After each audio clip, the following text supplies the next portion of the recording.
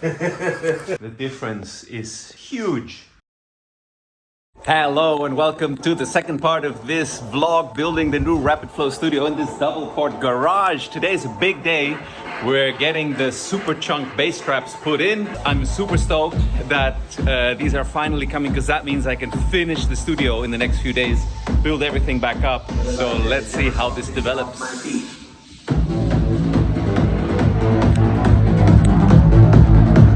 This is my lovely wife, Ona. Hello.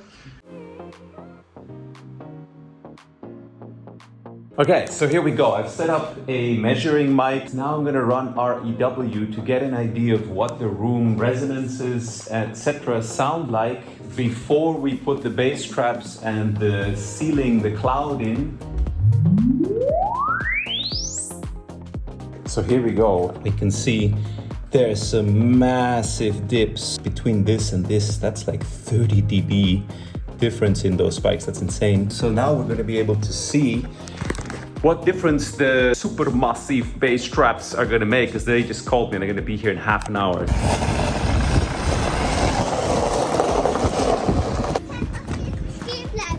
Yes.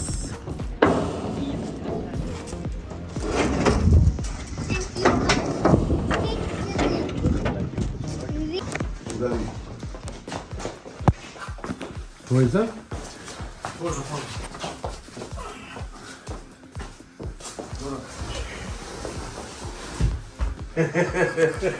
Even just to my ear, the difference is huge. Wow, I'm actually surprised how big the difference is. I think maybe already now you can even hear when I'm just talking in the space. 1, 2, hey, hey, hey, hey, hey. How dry it's already gotten. But of course now we want to do a measurement.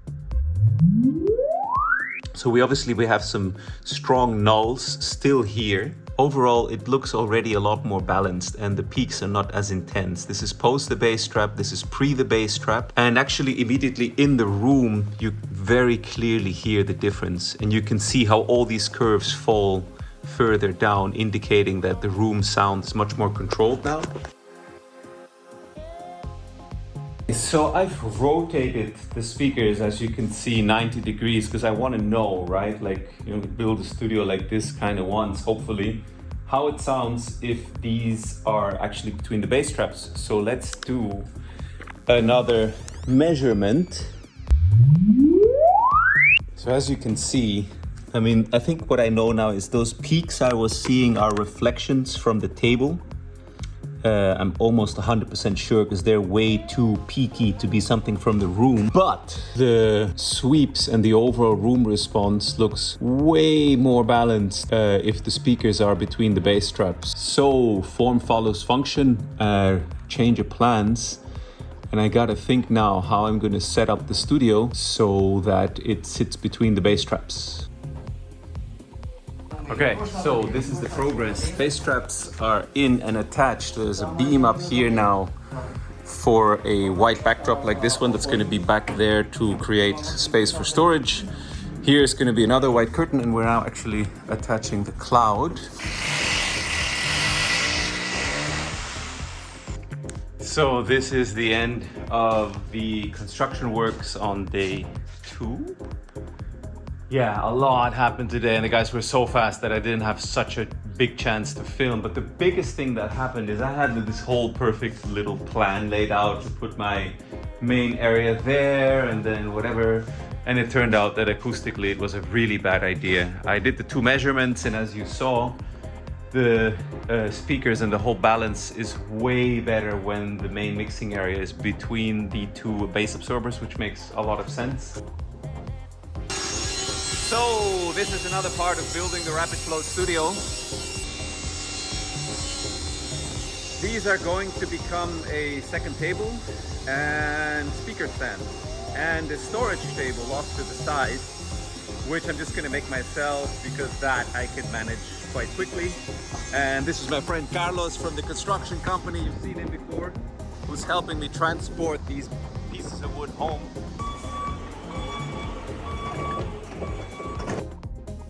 So here's an update for where we are with the studio. we have the wood here now. This is going to become one of the tables, the main table that I'm going to have just a handful of devices on.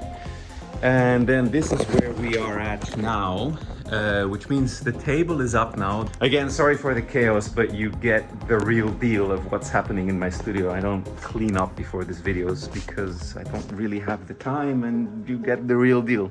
You know, my channel is not like a polished YouTube channel. It's the real deal, yeah. So that's the plan for now. I'm going to continue putting devices in here, and let's see how this turns out. So just now, as I was carrying some stuff around from the studio, I found something really special. Let me show you. I don't even know what these are called in English. Praying mantis, that's it. So this looks like it's a female that's laying down eggs on the side of our house. Just decided to make her nest here. I don't want to disturb her too much. Yeah, they're really beautiful animals. They used to freak me out a little bit, but they're really beautiful animals. And interestingly, the night I moved into the new studio, there was a baby crawling over my keyboard and stuff while I was making music. And the second day, there was a bigger one also walking around the studio. They seem to thrive in these avocado forests. But I always love it when creatures like that visit us. And there's some significance behind them if you believe in that stuff. I googled it because of course I don't know, and it said something about slowing down, going to the source of what mantises kind of look like when they're praying, meditation, reconnecting to your inner self. And yeah, the baby obviously means rebirth. So yeah, it was a really nice animal omen to get. Okay, so this is the plan for the table. Well, it's not much of a plan. It's more like a model. So this is it. This is how it turned out, basic. But yes, now I have off to the side here space to put a couple of devices that I want to mess with at that time. So I've decided to make this missing corner here right now.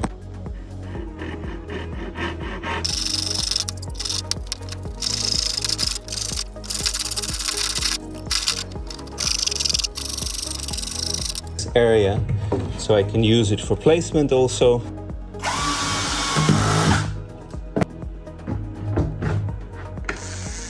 So finally getting the gear out of hibernation.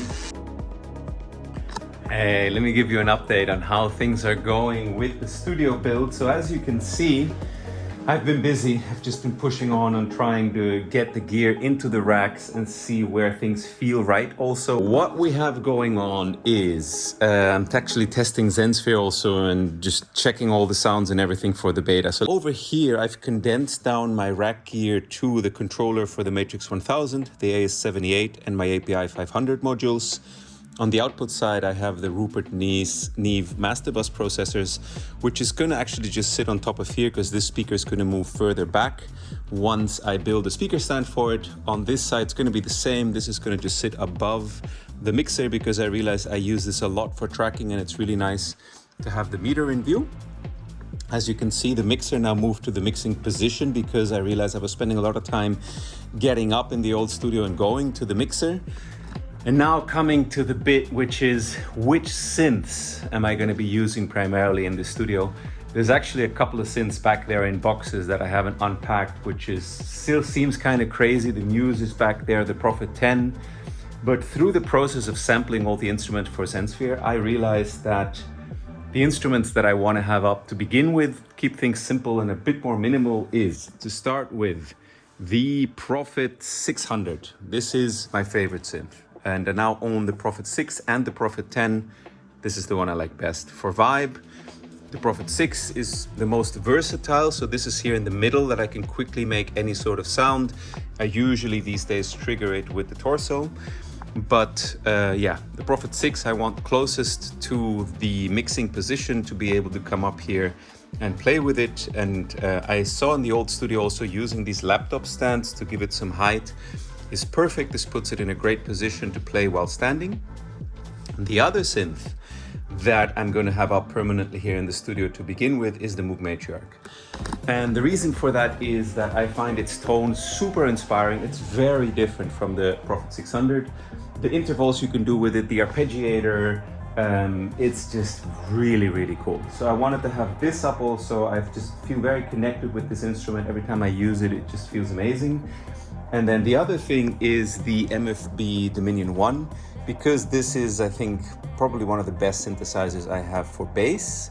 So this is going to be close to the BeatStep Pro, so that making bass sequences here can become, this is all it's going to be doing, really. It's going to kind of be hardwired even into a signal chain just for bass. Then here I'm going to have my 808 sound generator clone. It's basically the sound generation circuits of an 808. It's the 8 Raw 8. And then here it's going to be the Vermona. These patch cords are all going to go somewhere once I have a bit more space set up. And that's it. Over here, I'll spare you the chaos. In the back there is the Zarnburg right behind me, which I've realized is super nice to be able to quickly check if something is in tune, because that thing's digital and it has speakers and it's always in tune. And then front and center here, my master controller for this iteration of the studio is back to the Iridium, because through the process of sampling for Zensphere, I realized this synth really can do everything. I love its keybed, and its arpeggiator sends MIDI note events out, which the Nordwave 2, as great as it is, does not. And sonically, this is broader. I've heard it do everything from like 3 oscillator Moog type basses to super crazy, sketchy, weird, granular sounds. And I love playing on this keyboard. So this is back here now. I also love this sequencer and the arpeggiator on it, so that's going to be the main synth in front of me. And then here is my input synth processing channel, which is a low cut, a compressor, an EQ, SPL Big, which I'm going to do a video on soon. This thing is incredible. Like, I mean, really, really astounding. And then a Pultec style EQ, which is just really nice to give things a nice vibe and curve. That is now the new setup for the Rapid Flow Studio Mark III. And yeah, parts of the studio still look like a bomb hit. I'm still in the middle of things. I haven't even really cabled everything yet, because I wanted to set it up first to get a vibe and a feeling for, is it feeling overwhelming or is it okay? And actually, like this, it feels really good. Once all the chaos is gone here, I think it's going to be perfect. It's going to be nice to have the patchway right next to the mixer to be able to patch things around quickly. Keep an eye on the levels going in on the prisms right there. And yeah, the only thing I need to do still is put in this backcloth and then build speaker stands for the MS Blues, so they can move back to the same depth as the Amphions, which then means I no longer need to buy a subwoofer, which is great. And my little YouTubing setup over there in the corner, I'm not going to pan to it because it's chaos back there. I'm just going to use with headphones, because usually when I'm doing YouTube stuff, actually headphones is what I do, especially if I'm talking over it. So that's it. The display has moved over to the side here, a bit more off to the side, which is mostly just for signal analyzers and OBS, or when I'm editing multiple things to have an additional view. I think that's it. Yeah, as you may be able to tell, the sound of the studio now already, just with the cloud, the 2 massive bass absorbers and the one Basotec in the corner here, is already very, very good. There's going to be, not Basotec, sorry, Molton. There's going to be another Molton in the back here, and there's going to be another Molton hanging from that wooden beam on that side, which means this whole area is going to, I think, feel very contained, and the low end is already super dry now that the Basstraps are in. So I'm very happy already now with how the studio is sounding in progress. I'm going to measure it at some point in the coming days also to kind of get a feel for where I'm at and see what's working, what's not working. I'll share those measurements also. And yeah, that's sort of the main things that have been happening here. So I hope this gives you an idea of where I'm at with all the gear and with the setup and what I've tried to reduce, and not having everything out and interconnected all the time. There's a couple of 19-inch units now that are stashed, a couple of synths that are stashed, just trying to simplify things down a little bit. Yeah, so on the next video, I'm going to show you how the studio measures once I have all the cloths in. And I'll also be showing you how it sounds by actually firing things up and running them a bit for you. So I hope this video has been fun. Thank you for following along to the studio build vlog, the Rapid Flow Studio Mark III. And I look forward to the next video and seeing what you think of it. All right, thanks a lot. Bye-bye.